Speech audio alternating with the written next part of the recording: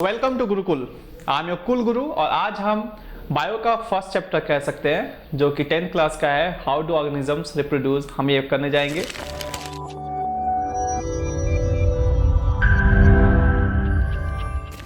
हम इसमें पढ़ेंगे बेसिकली हम इसमें दो मोड ऑफ रिप्रोडक्शन होता है, असेक्सुअल और सेक्सुअल मोड ऑफ रिप्रोडक्शन पढ़ेंगे। और सेक्सुअल मोड ऑफ रिप्रोडक्शन कितने तरह के होते हैं इन जनरल हम उसे देखेंगे। बहुत ज़्यादा हमें ब्रीफ या एक्सप्लेन नहीं करना है, वो आपको हायर क्लासेस में बताया जाएगा। यहाँ पे जो आपके एनसीईआरटी कंटेंट के हिसाब से वही मैं आपको डिस्कस करूंगा।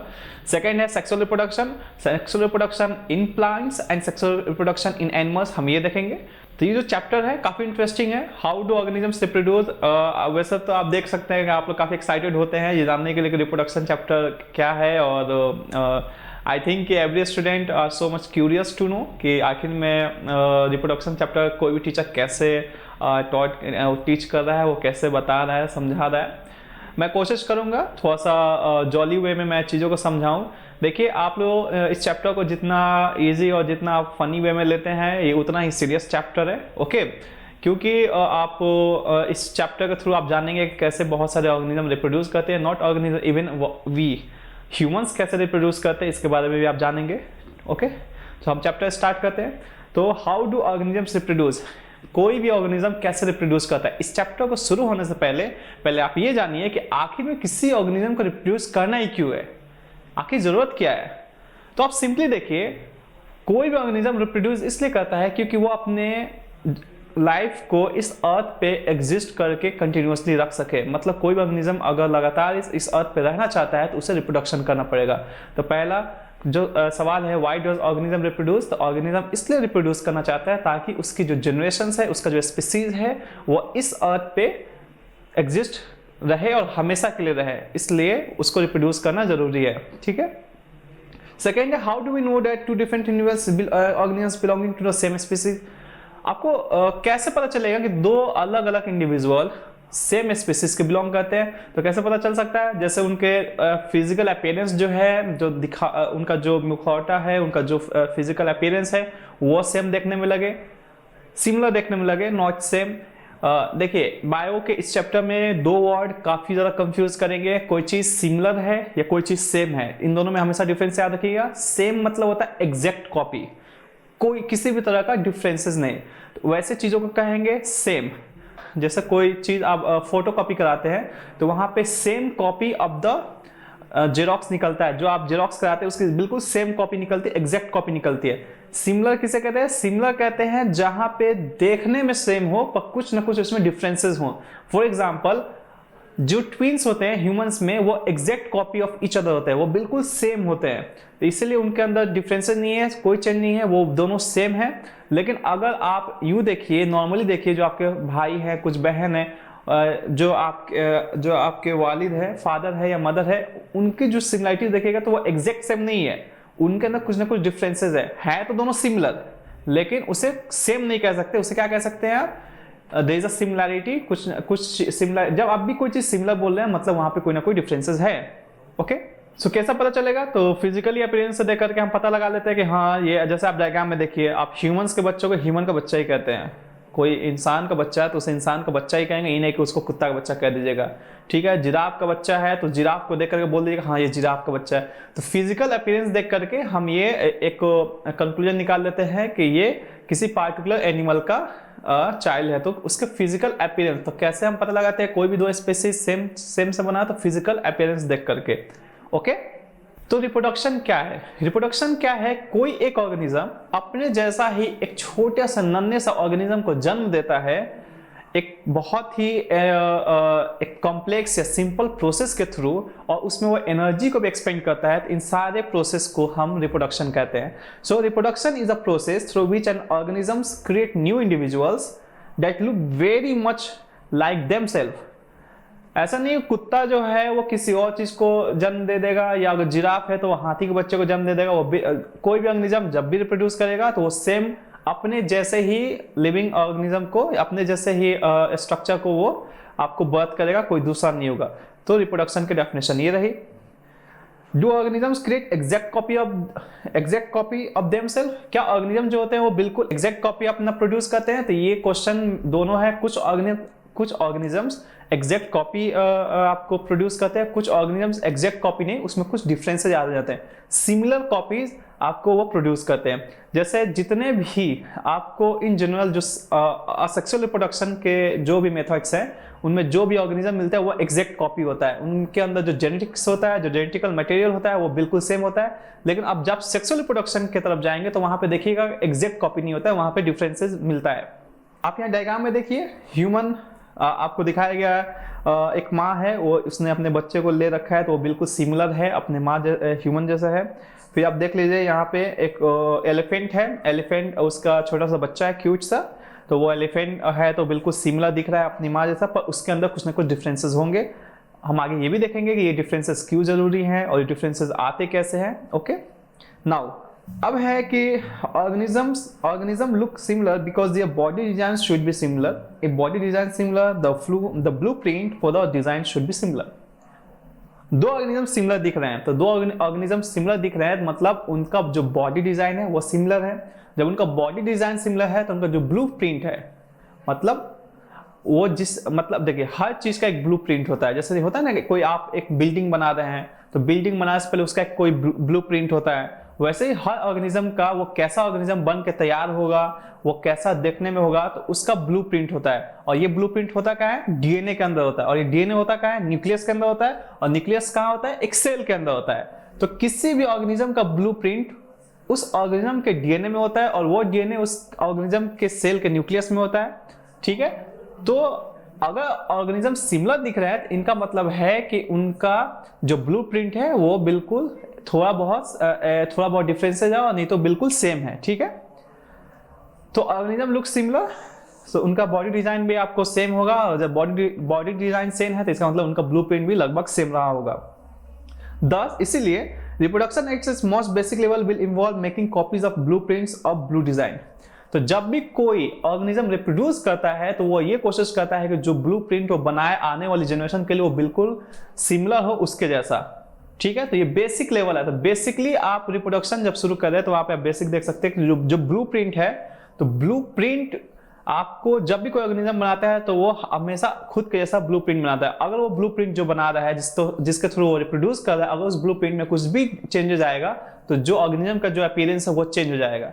मैं आगे इस चीज को और अच्छे से एलाबोरेट करूंगा, पर आप यहाँ पे याद रखिए जब भी कोई ऑर्गेनिज्म आपको ब्लूप्रिंट बेसिक लेवल पे जब भी कोई ऑर्गेनिज्म का रिप्रोडक्शन देखेंगे तो वो कोशिश क्या करता है, वो ब्लूप्रिंट तैयार करता है और वो ऐसा ब्लूप्रिंट बनाता है जो कि एग्जैक्टली उसके जैसा होता है, और एग्जैक्टली नो मतलब सिमिलर होता है उसके जैसा, और उसी से ऑर्गेनिज्म का डेवलपमेंट होता है।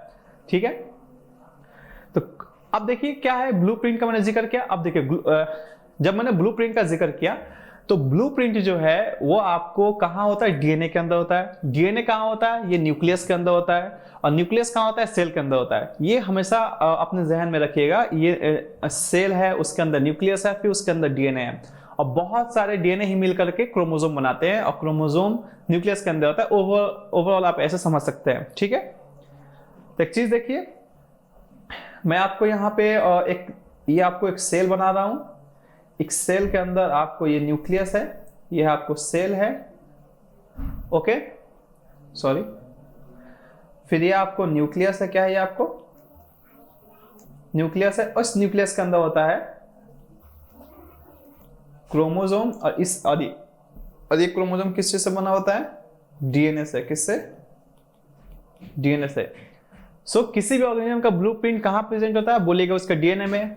ओके, नाउ प्रोसीड करते हैं। Chromosome in the nucleus of the cell contain information of inheritance of features from the parent to next generation in the form of DNA molecule. Chromosome ये structure होते हैं, DNA से ये बने होते हैं, और ये न्यूक्लियस के अंदर होता है, और इनके अंदर वो सब कुछ ब्लूप्रिंट होता है जो कि आने वाला ऑर्गेनिज्म कैसा बनेगा और कैसा दिखेगा वो उसमें रिकॉर्डेड होता है, और जो रिकॉर्डेड होता है इन द फॉर्म डीएनए होता है, मतलब डीएनए में सारी इंफॉर्मेशन होती है। ठीक है, क्रोमोसोम जो होता है वो आपको न्यूक्लियस के अंदर होता है, और क्रोमोसोम के अंदर क्रोमोसोम जो है वो डीएनए से मिलकर के बनता है। इसके बारे में इसके बहुत सारे अलग अलग स्ट्रक्चर होते हैं जो कि आपको हायर क्लासेस में बताया जाएगा, पर इतना याद रखिए क्रोमोसोम जो होता है वो डीएनए से मिलकर बनता है, और जो ब्लूप्रिंट है मतलब जो भी आने वाला ऑर्गेनिज्म बनना है उसके सारी इंफॉर्मेशन वो उस डीएनए में होता है, और हमारे जो पेरेंट्स होते हैं या किसी भी ऑर्गेनिज्म का जो पेरेंट्स है जिनसे नए ऑर्गेनिज्म बनाना है, वो यही इसी इंफॉर्मेशन को ट्रांसफ़र करते हैं। तो कोई भी पेरेंट्स जो अपनी इंफॉर्मेशन को ट्रांसफ़र करते हैं एक जनरेशन से दूसरे जनरेशन को, इसे हम इनहेरिटेंस कहते हैं। इसे क्या कहते हैं? हम इनहेरिटेंस कहते हैं। ओके, अब बेसिकली होता क्या है कि जो ब्लूप्रिंट है वो प्रेजेंट है कहाँ? डीएनए के अंदर। और डीएनए बेसिकली करता क्या है? डीएनए उस ब्लूप्रिंट को रीड करता है और फिर उस हिसाब से वो प्रोटीन बनाता है, और वही प्रोटीन आकर के ऑर्गेनिज्म के पूरे फॉर्मेशन में मदद करता है। ठीक है, तो मैंने ये एक्चुअली बेसिक लेवल पर मैंने बताया है कि रिप्रोडक्शन जो होता है आखिर में ये इसकी शुरुआत कहाँ से होती है? तो डीएनए से होती है। डीएनए के पास ब्लूप्रिंट होता है, वही ब्लूप्रिंट आकर के ऑर्गेनिज्म का फॉर्मेशन करता है। ठीक है, क्या हो अगर उस डीएनए के अंदर कुछ चेंज आ जाए? वो ब्लूप्रिंट ही चेंज हो जाए। जैसे ब्लूप्रिंट चेंज होगा तो ब्लूप्रिंट जैसे चेंज होगा तो डीएनए के अंदर कुछ ना कुछ मॉडिफिकेशन आया, जो डीएनए का स्ट्रक्चर उसमें कुछ चेंजेस आएंगे। जब उसका इंफॉर्मेशन चेंज होगा तो आगे जो इंफॉर्मेशन उसे कन्वे करना है वो भी चेंज हो जाएगा, मतलब प्रोटीन चेंज हो जाएगा। जब प्रोटीन चेंज हो जाएगा तो मैंने बताया प्रोटीन ही किसी बॉडी को ऑर्गेनाइज करता है, किसी बॉडी का फॉर्मेशन करता है। तो जब प्रोटीन चेंज तो उसका बॉडी स्ट्रक्चर भी चेंज, जब बॉडी स्ट्रक्चर चेंज तो ऑर्गेनिज्म के अंदर कुछ तब्दीली आ जाएंगी। जैसे आप आमतौर पर देखिए कुछ ह्यूमन बींग्स को देखिएगा, वो जब बर्थ होता है तो उनके अंदर कुछ ना कुछ डिफेक्ट्स हो जाता है। तो डिफेक्ट्स क्यों होता है? क्योंकि उनका जो डीएनए है ना, जो ब्लूप्रिंट उनके पेरेंट्स और गार्जियन से मिलना चाहिए वैसा नहीं मिल करके उसमें कुछ चेंजेस हो गए हैं। जब उसमें कुछ चेंजेस हो गए हैं तो उसी हिसाब से जो बेबी है उसके अंदर कुछ चेंजेस आए हैं और वो डिफेक्ट्स हो गया है। ठीक है, आप यहाँ पे देखिए डायग्राम में डीएनए है और डीएनए से प्रोटीन बन रहा है आपको ऊपर, यही डीएनए, ये ब्लूप्रिंट, डीएनए अपना इंफॉर्मेशन है वो प्रोटीन को देता है, फिर प्रोटीन आपको जाकर के उसको एलाबोरेट करता है।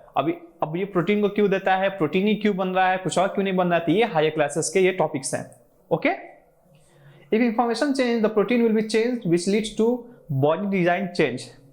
तो मैंने बता दिया इसके बारे में। नेक्स्ट है कि therefore basic events in reproduction is to create DNA copy and this copy of DNA is generated by the cell through chemical reaction। अब सवाल है कि जो बेसिक हम लेवल पर पढ़ रहे हैं रिप्रोडक्शन के बारे में, आखिर में बेसिक इवेंट क्या है रिप्रोडक्शन में? तो सबसे पहला काम होता है किसी भी रिप्रोडक्शन में कि अपना ब्लूप्रिंट को वो कॉपी करे, डुप्लीकेशन करे और रेप्लिकेशन करे। ठीक है, मतलब कहने का मतलब जो भी डीएनए है किसी भी ऑर्गेनिज्म के अंदर, जब वो अपना कोई बेबी बना रहा है या कोई ऑर्गेनिज्म को प्रोड्यूस कर रहा है तो सबसे पहला काम होता है कि उसके सेल के अंदर जो डीएनए मॉलिक्यूल्स हैं, उन जो ब्लूप्रिंट्स हैं उनको वो कॉपी करे। ठीक है, खुद के पास भी कॉपी रखे और एक कॉपी वो अपने जो ऑफस्प्रिंग है उसको ट्रांसफर करे।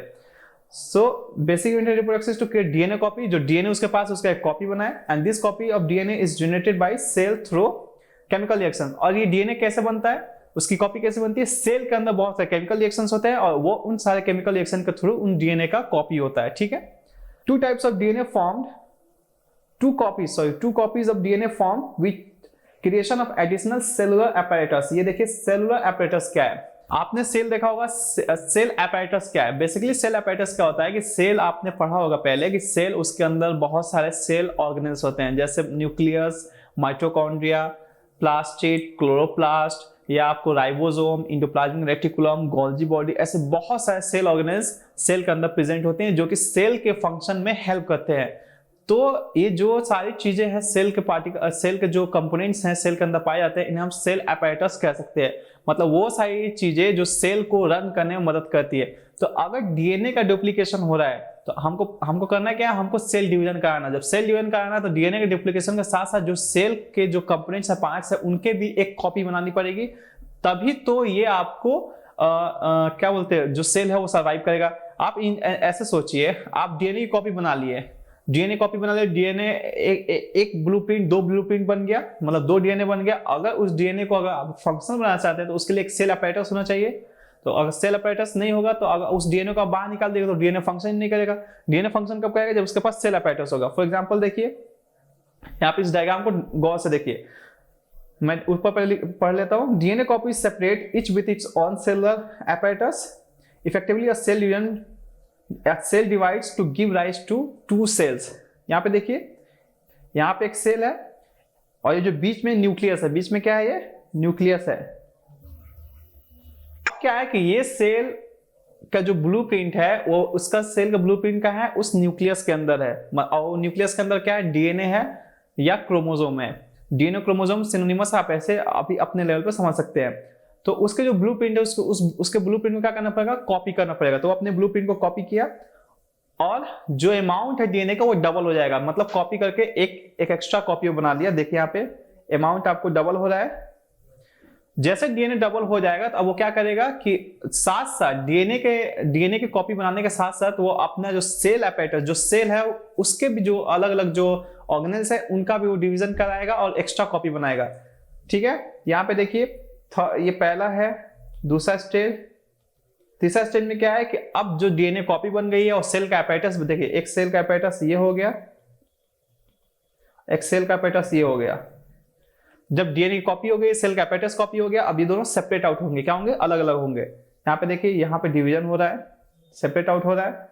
तो एक कॉपी एक सेल के अंदर, एक सेल में चल गया और एक कॉपी दूसरे सेल अपैरेटस में चल गया। जैसे दोनों डिवाइड किए तो दो सेल बन गया। ठीक है, तो इस तरह से सेल डिवीजन होता है। सेल डिवीजन में बेसिक क्या है, डीएनए का डिवीजन होना, दूसरा सेल अपैरेटस का डिवीजन होना। सिर्फ डीएनए का डिवीजन होगा, सेल अपैरेटस का डिवीजन नहीं होगा, तो वो जो डीएनए जो कॉपी हुआ वो कभी फंक्शनल नहीं रहेगा। Okay, now DNA replications are not accurate because no biochemical reactions is absolutely reliable. Therefore, each time during the DNA replication, variations or changes in structure occurs. So DNA generated each time are similar, not identical to the original. देखिए जब cell, मैंने बताया DNA replication कैसे होता है, cell के अंदर बहुत सारे केमिकल रिएक्शंस होते हैं, उन केमिकल रिएक्शन के थ्रू वो डीएनए बनता है। लेकिन वो जो केमिकल रिएक्शन होता है वो हमेशा एग्जैक्टली सेम नहीं होता है। हर जैसे एक सेल है, दो सेल में बना है तो उसका केमिकल रिएक्शन हुआ, फिर अगली बार वो सेल दो सेल में टूटेगा, फिर उसमें केमिकल रिएक्शन होगा। तो जो केमिकल रिएक्शन होता है ना वो एग्जैक्टली सेम नहीं होता है, 98% सेम होता है, 1-2% का वेरिएशन होने लगता है। तो कोई भी केमिकल रिएक्शन एग्जैक्टली सेम नहीं होता है। तो एग्जैक्टली जब केमिकल रिएक्शन ही सेम नहीं हो रहा है तो जाहिर है उन्हीं केमिकल रिएक्शन के जरिए डीएनए बन रहा है। तो जब केमिकल रिएक्शन में चेंज हो रहा है तो डीएनए में चेंज होगा, और जब डीएनए में चेंज होगा तो क्या कहेंगे हम, डीएनए के अंदर वेरिएशन आ रहा है, डीएनए चेंज हो रही है। जब डीएनए चेंज हो रही है तो जो ऑर्गेनिज्म बनेगा वो भी क्या करेगा, थोड़ा थोड़ा चेंज करेगा।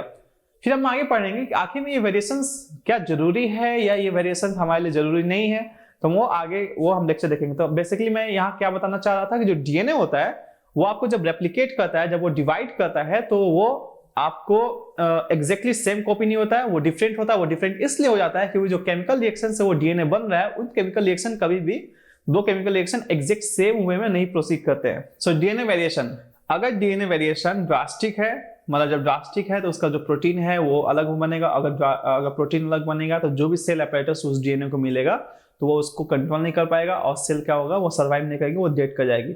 अगर डीएनए वेरिएशन ड्रास्टिक नहीं, लिमिटेड वेरिएशन है, बहुत कम उसमें चेंज आया हुआ है, तो सर्वाइव से वहां पे जो सेल है वो सर्वाइव कर जाएगा। जब सेल सर्वाइव कर जाएगा तो लेकिन सर्वाइव तो करेगा, लेकिन उसके अंदर कुछ ना कुछ चेंज आएगा उसके पेरेंट्स के कंपेयर में। उसके पेरेंट्स में जो फीचर्स है वो फीचर्स तो रहेंगे ही, लेकिन उसके अंदर कुछ एक्स्ट्रा फीचर्स भी चेंज करके आ जाएंगे क्योंकि उसके डीएनए में चेंज हो गया है। Okay, so this DNA variation inbuilt tendency for the variation during reproduction is a basis for evolution. So evolution क्या है, ग्रेजुअल चेंज होता है किसी ऑर्गेनिज्म के अंदर, बहुत लंबे टाइम गुजरने के बाद उसे इवोल्यूशन कहते हैं। तो ये इवोल्यूशन किस वजह से होता है, ये डीएनए के वेरिएशन की वजह से होता है। ठीक है, तो ये नेक्स्ट चैप्टर में हम इसको बहुत अच्छे से एलाबोरेट करके देखेंगे कि इवोल्यूशन होता क्या है। ठीक है, द इम्पोर्टेंस ऑफ वेरिएशन, जो वेरिएशन है उसका क्या इंपॉर्टेंस है हम इसके बारे में देखेंगे। ठीक है, याद रखिए ये जो वेरिएशंस है किसी भी ऑर्गेनिज्म में जो वेरिएशंस हमें देखने के लिए मिलता है, बेसिकली यही वेरिएशन है जो कि उस ऑर्गेनिज्म को नए चेंजेस को टॉलरेट करने के लिए वो हेल्प करता है, और कोई भी ड्रास्टिक चेंज अगर उसके आसपास हो रहा है तो उस चीज को वो कोप अप कर लेता है, टॉलरेट कर लेता है। क्यों, इसी डीएनए वेरिएशंस की वजह से। तो याद रखिए बहुत सारे वेरिएशंस जो डीएनए में हो रहे हैं तो वो बहुत सारे ऑर्गेनिज्म के लिए फायदेमंद होते हैं, लेकिन बहुत सारे वेरिएशन ऐसे भी होते हैं डीएनए के अंदर जो कि ऑर्गेनिज्म के लिए वो अच्छे नहीं होते हैं। तो वेरिएशंस के दोनों एस्पेक्ट्स हैं, अच्छे भी हैं और बुरे भी हैं। ठीक है, तो वेरिएशन, इंपॉर्टेंस ऑफ वेरिएशन को पढ़ने से पहले हम समझ लें नीचे। नीचे किसे कहते हैं, नीचे is basically the role of an organism within a particular ecosystem. और ये क्या क्या इंक्लूड करता है, इट इंक्लूड्स कि ऑर्गेनिज्म क्या खाता है, व्हाट इट ईट्स। ठीक है, फिर ऑर्गेनिज्म का हैबिट क्या है, उसका हैबिटेट क्या है, उसके ऑर्गेनिज्म का बिहेवियर क्या है किसी पार्टिकुलर एरिया में, या वो कैसे रहता है, उसके वजह से इन्वायरमेंट पे क्या इफेक्ट पड़ता है, वो उसके वजह से उसके अगल बगल के जो पॉपुलेशन है, कोई ऑर्गेनिज्म रह रही है तो उन ऑर्गेनिजम्स के पॉपुलेशन पे क्या इफेक्ट पड़ता है, ये सब कुछ कंबाइनली जब हम किसी पार्टिकुलर ऑर्गेनिज्म के पढ़ते हैं तो वो उसके नीचे कहलाता है। ठीक है, तो consistency of DNA is important for the maintenance of the body design features that allow the organism to use a particular niche. जो भी डीएनए का जो कंपोजिशन है वो आपको प्रोवाइड करता है ऑर्गेनिज्म को उस निशे को सही से इस्तेमाल करने के लिए। मतलब जो निशे है उसी निशे के हिसाब से जो बॉडी का डीएनए है वो वैसा एडेप्ट कर गया। अगर कोई भी निशे में चेंज आएगा तो उसके साथ साथ डीएनए में भी चेंज आना चाहिए। अगर डीएनए में चेंज नहीं हुआ तो वो ऑर्गेनिज्म उस नए निशे जिसमें चेंज हो गया है उसमें वो सर्वाइव नहीं कर पाएगा। ठीक है, suppose somehow niche changes like the temperature of niche increasing or decreasing, water levels start rising, some meteorites hits the niche, the composition of the niche will change। Suppose कि किसी वजह से निशे चेंज हो गया, जैसे कि किसी पार्टिकुलर एरिया में कुछ ऑर्गेनिजम्स के जो उनके निशे हैं वो आपको क्या हुआ, चेंज हो गया। जस्ट लाइक कि टेम्परेचर बढ़ गया बहुत ज़्यादा या बहुत कोल्ड हो गया। अगर वहाँ पे वाटर का जो लेवल है, जो वाटर है वो काफ़ी ज़्यादा इंक्रीज हो गया, या वाटर ख़त्म ही हो गया, या कोई मेटेरॉइड बाहर से आकर के उस निशे को आकर के तबाह कर दे, बर्बाद कर दे। तो अगर निशे चेंज हुआ, जैसे निशे चेंज हो गया तो उस ऑर्गेनिज्म का जो एडेप्टेशन है, जो उसके डीएनए में जो भी जो उसके डीएनए को वैसे उस निशे को एडेप्ट कर रखा है, तो जब निशे चेंज हो गया तो उसके डीएनए में चेंज होना चाहिए। अगर डीएनए में चेंज नहीं हुआ तो वो जो ऑर्गेनिज्म है वो टोटली खत्म हो जाएगा, क्योंकि जो नया निशे बना है वो उस ऑर्गेनिज्म के हिसाब से नहीं है। अगर उस ऑर्गेनिज्म के हिसाब से नहीं है तो that will be wiped out. Now if a population of reproducing organisms were suited to a particular niche and if the niche drastically altered, the population could be wiped out. Okay, therefore the variation due to the DNA duplication present in organism can provide organism a chance to survive। तो यही जो DNA variation है ये आपको organism को एक opportunity provide करता है, एक चांस प्रोवाइड करता है नए निशे के अंदर सर्वाइव करने के लिए। मतलब ये जो डीएनए वेरिएशंस है ये आपको एग्जैक्टली हेल्प करता है ऑर्गेनिज्म को, कोई जो नया ड्रास्टिक चेंज हो रहा है उसके आसपास, उस हिसाब से वो खुद के डीएनए को चेंज करे और नए इन्वायरमेंट में, नए निशे में वो खुद को सर्वाइव कर ले। ठीक है, तो पहला वेरिएशंस क्यों इंपॉर्टेंट है? वेरिएशन इसलिए भी इंपॉर्टेंट है क्योंकि वो आपको नए निशे के अंदर उस ऑर्गेनिज्म को सर्वाइव होने में हेल्प करता है। For example, suppose some bacteria are living in temperate water and suddenly the temperature of water starts increasing, the only bacteria will survive which are resistant to heat will survive, others will die। अगर कोई bacteria adapt है temperate water के लिए, अचानक क्या होता है temperature बढ़ जाता है, तो वही बैक्टीरिया सर्वाइव करेगा जिसके डीएनए के अंदर वेरिएशंस आएगा। अगर वो वेरिएशंस उस बैक्टीरिया को उस इंक्रीज टेम्परेचर के हिसाब से सर्वाइव करने में मदद करता है तो वो सर्वाइव करेगा। अदरवाइज अगर वो बैक्टीरिया जिनके अंदर कोई वेरिएशन नहीं आया, उनके अंदर पुराना वाला डीएनए है, तो वो नए जो टेम्परेचर बढ़ा है वाटर का उस इन्वायरमेंट में वो नहीं जी सकते, इसीलिए वो डाई हो जाएंगे। तो यहाँ पे हमने क्या सीखा कि जो वेरिएशन है वो बैक्टीरिया को हेल्प कर रहा है नए इन्वायरमेंट में सर्वाइव करने के लिए। ओके, यहाँ पे देख लीजिए बैक्टीरिया के स्ट्रक्चर है। सपोज करिए बहुत सारे बैक्टीरिया दिखाया गया है। ठीक है, यहाँ पे मैं मार्क कर दूं। सपोज करिए ये बैक्टीरिया में कुछ चेंजेस आ गए हैं, कुछ बैक्टीरिया चेंजेस आ गए हैं। तो ये सपोज करिए कुछ बैक्टीरिया जिसमें मैंने रेड कलर से मार्क किया, इसके अंदर वेरिएशन आया। क्या हुआ? वेरिएशन आया है रिप्रोडक्शन के दरमियान। अचानक से क्या हो, जो वाटर इनके सराउंडिंग का वो काफी ज्यादा हॉट हो गया है, उनका टेम्परेचर काफी बढ़ गया है। तो जो बाकी के बैक्टीरिया हैं, ये सब बैक्टीरिया ये क्या हो जाएंगे, नए निशे में ये आपको डाई कर जाएंगे, मर जाएंगे, डेड हो जाएंगे, ये बिकम डाई। लेकिन ये वाले जो बैक्टीरिया हैं जिनके अंदर वेरिएशन हुआ है, डीएनए के अंदर वेरिएशन हुआ है, ये आपको अलाइव रहेंगे। ठीक है, तो वेरिएशन का हमें ये फायदा होता है। नेक्स्ट, वेरिएशन इज दस useful for the survival of species over time. तो वेरिएशन बहुत जरूरी है स्पीसीज को सर्वाइवल करने के लिए। फिर क्वेश्चन आता है, what is the importance of DNA कॉपिंग in reproduction. ये आपको मैंने बता दिया है। डीएनए कॉपिंग आपको ये एक्ट करता है as a blueprint of the organism. तो जब तक डीएनए का रिप्रोडक्शन के दौरान जब तक डीएनए की कॉपी नहीं बनेगी तब तक उसका ब्लूप्रिंट नहीं बनेगा। जब तक ब्लूप्रिंट नहीं बनेगा तब तक किसी बॉडी का ऑर्गेनाइज नहीं होगा। तो इसीलिए डीएनए का कॉपी होना रिप्रोडक्शन के दौरान बहुत इंपॉर्टेंट है, क्योंकि सारी इंफॉर्मेशन ऑर्गेनिज्म कैसा होगा, कैसा परफॉर्म करेगा, वो डीएनए के अंदर होता है।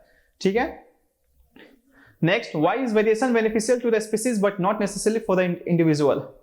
देखिए, वेरिएशन किसी स्पीसीज में होना चाहिए। भाई सपोज करिए यहाँ पे जो बैक्टीरिया है, यहाँ पे सिर्फ एक ही बैक्टीरिया के अंदर वेरिएशन है। अगर एक ही बैक्टीरिया के अंदर वेरिएशन आएगा तो एक ही बैक्टीरिया सर्वाइव करेगा, बाकी के सब तो खत्म हो जाएंगे। तो वेरिएशन पूरे स्पीसीज में होना चाहिए, ना कि किसी एक इंडिविजुअल में। अगर उस स्पीसीज को सस्टेन करना है, उसे सर्वाइव करना है, तो वेरिएशन ओवरऑल पूरे स्पीसीज में आना चाहिए, ना कि एक सिंगल इंडिविजुअल में। इसीलिए जो वेरिएशन है वो पूरे स्पीसीज में होना चाहिए, ताकि उसका जो स्पीसीज वो खत्म ना हो जाए। क्या पता है जिसमें अगर सपोज कि एक ही बैक्टीरिया वेरिएशन आया हो, क्या पता वो वेरिएशन भी वो सर्वाइव करने में मदद ना करे, वही डाई हो जाए, तो ऐसे तो वो भी इंडिविजुअल खत्म हो जाएगा।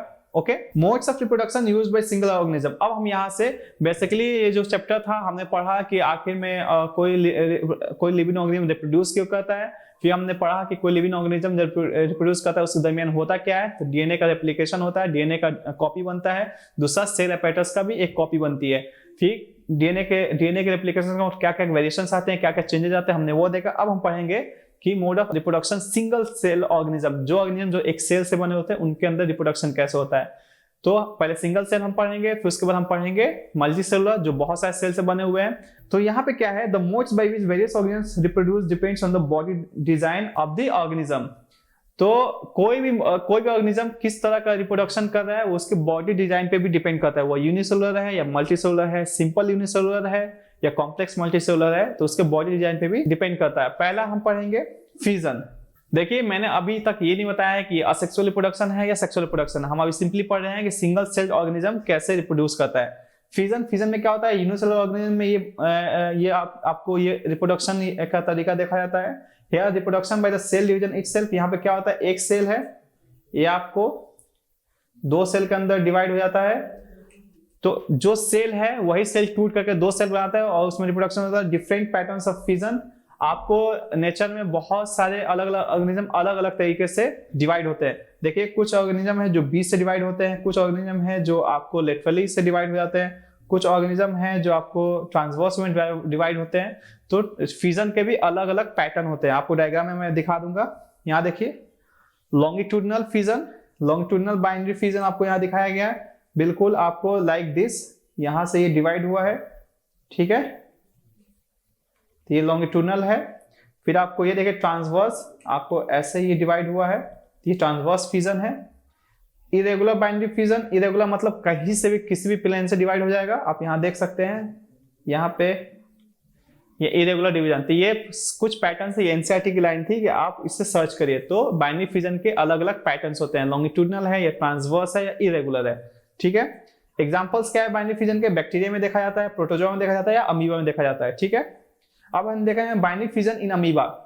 अमीबा में बाइनरी फिजन कैसे, देखिए एक पेरेंट अमीबा है, इसका न्यूक्लियस है, मैंने बताया रिप्रोडक्शन के पहले उसका जो डीएनए होता है उसकी कॉपी होती है, मतलब न्यूक्लियस की जो एक क्वांटिटी है उसको डिवाइड होना होता है, उसको डबल होना होता है। तो देखिए इनलोंगेशन ऑफ न्यूक्लियस, यहाँ पे जो अमाउंट है डीएनए का वो डबल हो गया होगा।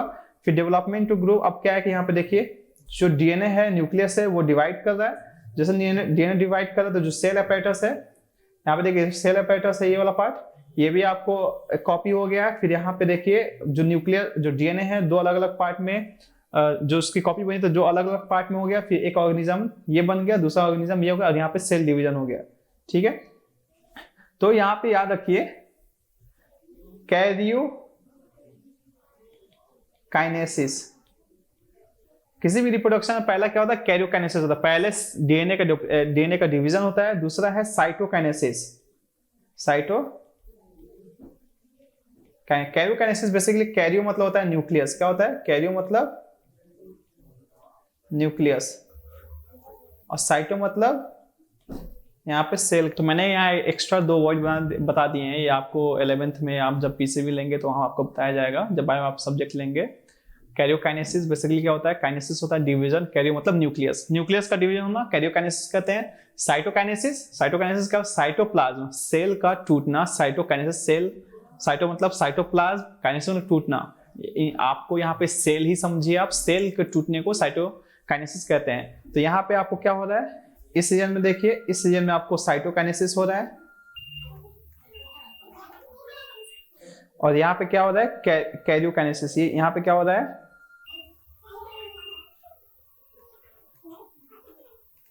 कैरियोकाइनेसिस हो रहा है, ठीक है।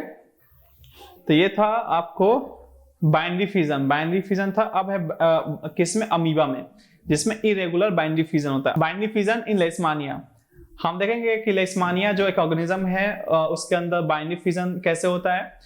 ये जो ऑर्गेनिज्म है इससे एक बीमारी होती है काला अजहर, आपने सुना भी होगा इस बीमारी के बारे में। ये कौन सी बीमारी कॉज करता है? काला अजहर, ठीक है।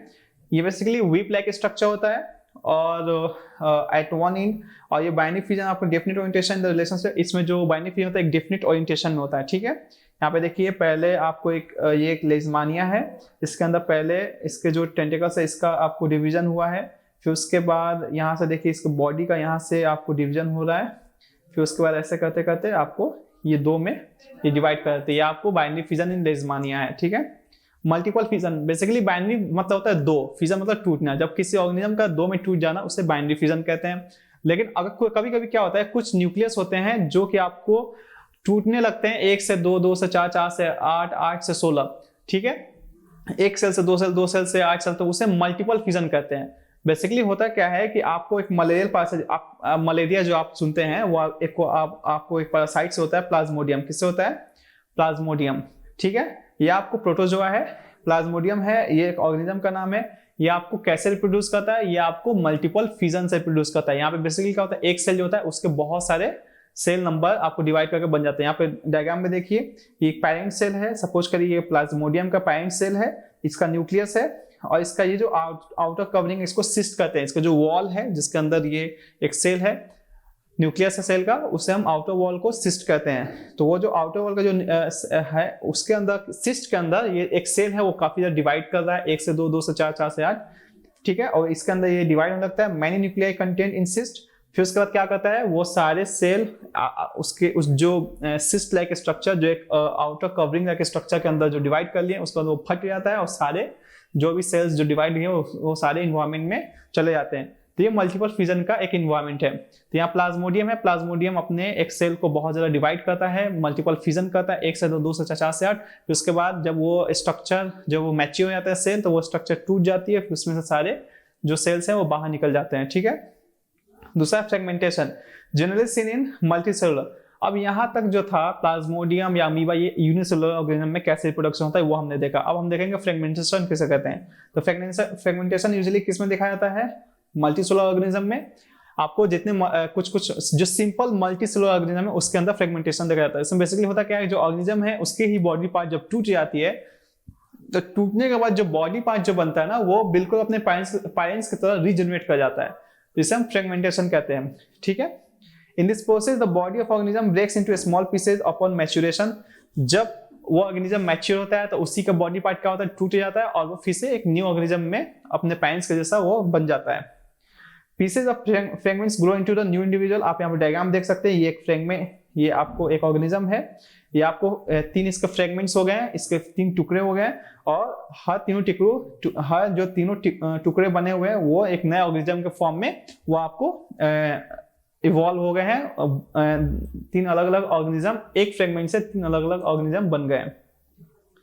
अब है रीजनरेशन। रीजनरेशन आपको बेसिकली क्या है कि कोई ऑर्गेनिज्म है, आपको वो रीजनरेट कर रहा है। मतलब होता क्या है कि आपको ऐसे बहुत सारे ऑर्गेनिज्म देखने के लिए मिलेंगे जो कि आपको सिंपली उससे आप जब काट दीजिएगा ना, जैसे आप काटेंगे ना, तो वो क्या करेगा, फिर से बिल्कुल अपने जैसा वो ऑर्गेनिज्म इनिशियली था वैसा ऑर्गेनिज्म को वो रिफॉर्म कर लेगा, रीजनरेट कर लेगा। जैसे देखिए, many fully differentiated organisms have the ability to give rise to new individuals organisms from their body parts. बहुत सारे ऑर्गेनिज्म है जिनके बॉडी पार्ट्स को कट करते हैं तो आपको फिर से वैसा ही ऑर्गेनिज्म वो आपको बना लेगा। Their body parts are cut then regenerate into organism, ठीक है। एग्जांपल्स है हाइड्रा या प्लेनेरिया। हाइड्रा प्लेनेरिया ये है कि इनका जो बॉडी पार्ट अगर आप उसको कट कर दीजिएगा तो ये फिर से ये रीजनरेट कर जाएंगे। आप डायग्राम में देखिए, यहाँ पे एक हाइड्रा है, ठीक है। आपको बीच में से इसे काट दिया गया, यहाँ से जैसे ही हमने बीच से काटा है तो ये रीजनरेट कर गया है। और ये देखिए, ये ऑफ स्प्रिंग कहलाएंगे, ये आपको बिल्कुल पेरेंट्स के तरह है। कैसे हैं? पेरेंट्स की तरह है, ठीक है। रीजनरेशन जो टेंडेंसी होती है वो हर सेल के पास नहीं होती मल्टीसेलुलर में, वो किसी स्पेशलाइज्ड टिश्यू के पास ही ये आपको पावर होती है। टोटिपोटेंसी वो आपको आगे पढ़ेंगे हायर क्लास में, यहाँ पे मैं जिक्र नहीं करूंगा। पर यहाँ पे देखिए एनसीईआरटी की लाइन है, regeneration as carried out by specialised cells. ये स्पेशलाइज्ड सेल से रिजनरेशन प्रोसेस शुरू होता है। The cells are proliferating and make a large number of cell. ये एक सेल जो रीजनरेशन का कैपेसिटी रखता है, ये काफी ज्यादा डिवाइड करता है और एक बहुत ज्यादा सेल का मास बनाता है। फिर जब वो सेल का मास बना लेता है तो उसको डिफरेंशिएट कर देता है, मतलब बॉडी पार्ट्स में डिस्ट्रीब्यूट कर देता है और एक नया ऑर्गेनिज्म तैयार कर देता है। From this mass of cells, different cells undergo changes to become various cell types and tissues. These changes take place in an organism sequence. In an organism sequence refers to as development. ये cell है जो कि आपको cell को mature कर रहा है, फिर डिफरेंट बॉडी पार्ट्स में वो डिस्ट्रीब्यूट कर देता है और उसी हिसाब से वो चेंज आ जाता है और एक ऑर्गेनिज्म को तैयार करता है। तो इस सारे प्रोसेस को डेवलपमेंट कहते हैं। क्या कहते हैं? डेवलपमेंट। यहाँ पे देखिए हाइड्रा, यहाँ प्लेनेरिया है। प्लेनेरिया को हमने दो जगह से हमने इसे कट कर दिया है। जैसे कट किया तो प्लेनेरिया फिर से रिजेनरेट हो गया है डॉटर प्लेनेरिया में, ठीक है, 3। तो एक प्लेनेरिया को 3 में हमने कट कर दिया तो 3 डॉटर प्लेनेरिया आ गए हैं। तो ये आपको रीजनरेशन का एक बहुत बेस्ट एग्जांपल है। ये तो हमेशा आप याद रखिएगा, planaria is the best example of regeneration. Okay, budding. Budding basically क्या होता है? ये आपको जो डायग्राम में है आपको हाइड्रा का, ये क्या है, एक हाइड्रा का स्ट्रक्चर दिखाया गया है। देखिए इस रीजन में रिजेनरेटिव सेल्स होते हैं। क्या होते हैं?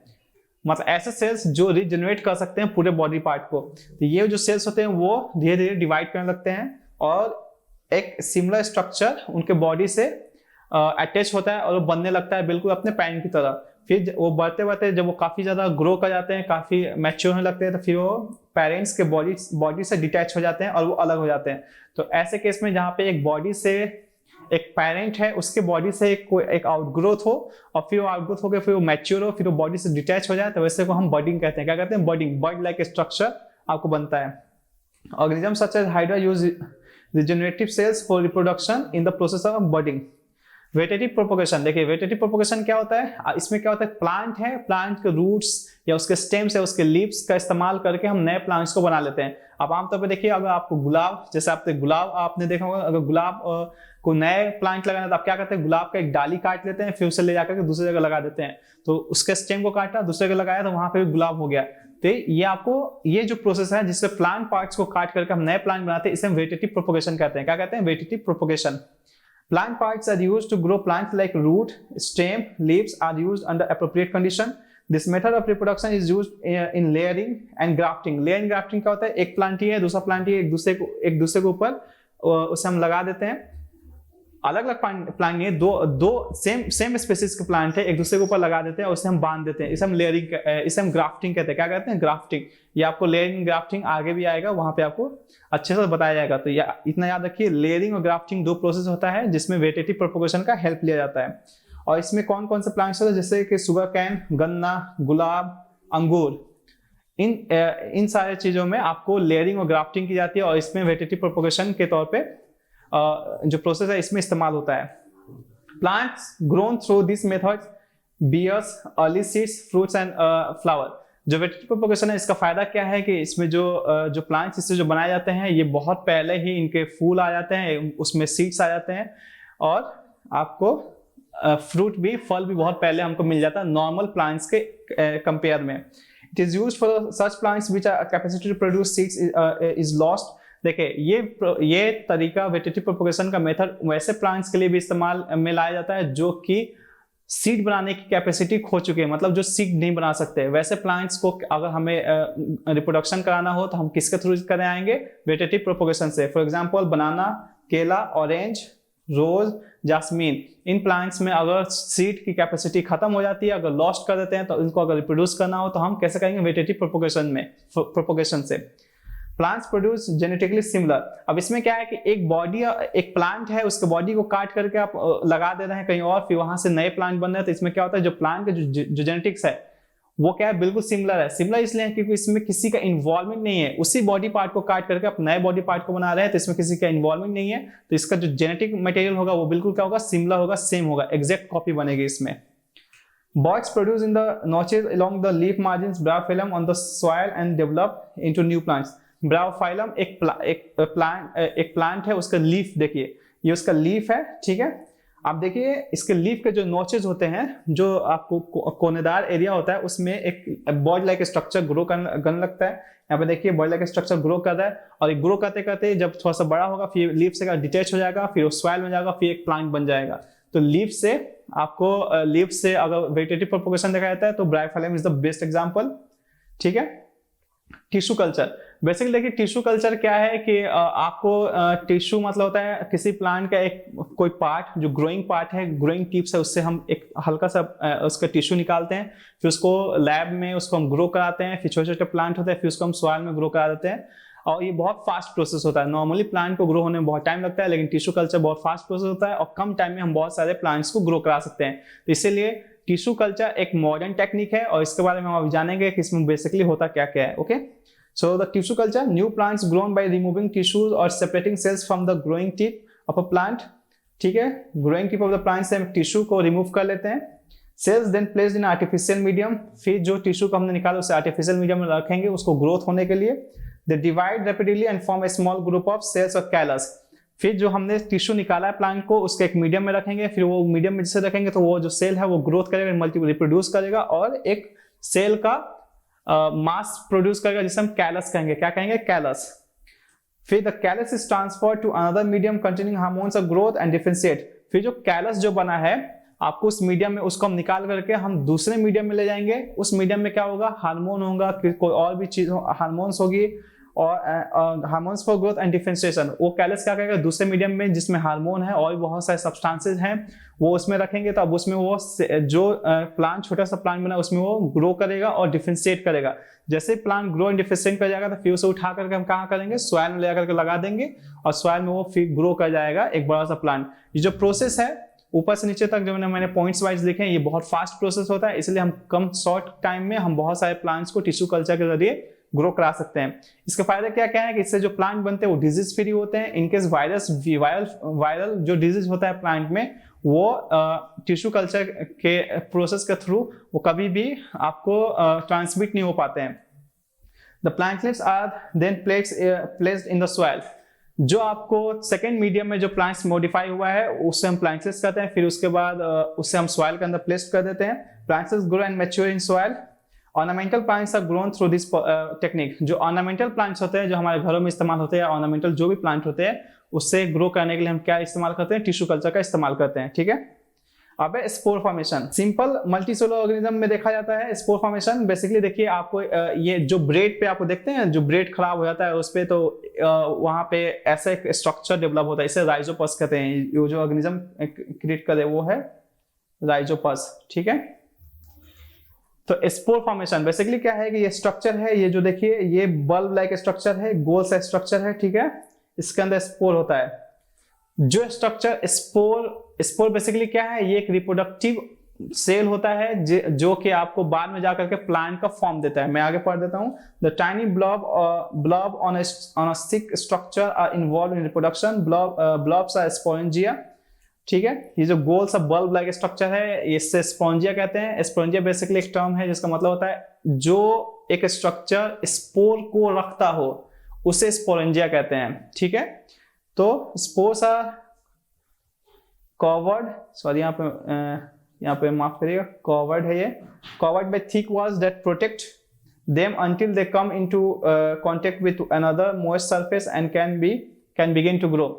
तो स्पोर एक क्या है? रिप्रोडक्टिव सेल है। वो आपको एक बल्ब लाइक स्ट्रक्चर में वो आपको क्या बोलते हैं? प्रोड्यूस होता है। जब बल्ब लाइक स्ट्रक्चर प्रोड्यूस होता है तो फिर उसके बाद वो फट जाता है, वो बल्ब लाइक स्ट्रक्चर वो फट जाता है, वो हवा में उसके पार्टिकल्स मूव करने लगते हैं और फिर जब भी मॉइस्ट सॉइल मिलता है वहां पे जाकर वो ग्रो करते हैं और फिर नए आपको ऑर्गेनिज्म का वो जनरेट करते हैं।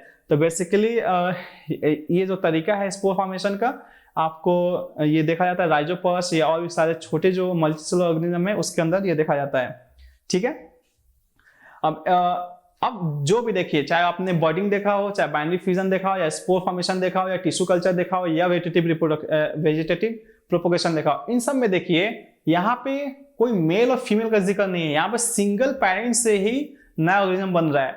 तो ऐसा रिप्रोडक्शन जहां पे सिंगल पेरेंट से ही नया ऑर्गेनिज्म बनता है, जहां पे दो ऑर्गेनिज्म का मिलना इंपॉर्टेंट नहीं है, वहां पे उनका कोई दो ऑर्गेनिज्म जहां पे नहीं मिलते हैं और सिंपली सिंगल ऑर्गेनिज्म से हम नए ऑर्गेनिज्म बना लेते हैं, तो वैसे रिप्रोडक्शन को असेक्सुअल रिप्रोडक्शन कहते हैं। क्या कहते हैं? Asexual reproduction.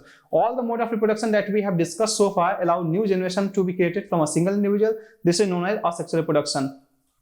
ठीक है, तो असेक्सुअल, तो हमने अभी तक क्या क्या देखा, सेल डीएनए क्या है, डीएनए में वेरिएशंस क्यों इंपॉर्टेंट है, फिर डीएनए कहाँ पाया जाता है, फिर हमने पढ़ा वेरिएशंस के बाद कैसे वेरिएशंस सर्वाइव करता है, कैसे वेरिएशन सेल सर्वाइव नहीं करता है, टाइप्स ऑफ असेक्सुअल रिप्रोडक्शन देखा, बॉर्डिंग, बाइनरी फिजन, वेटेटिव प्रोपोगेशन या सेल टिश्यू कल्चर, या आपको last one is spore formation. ठीक है।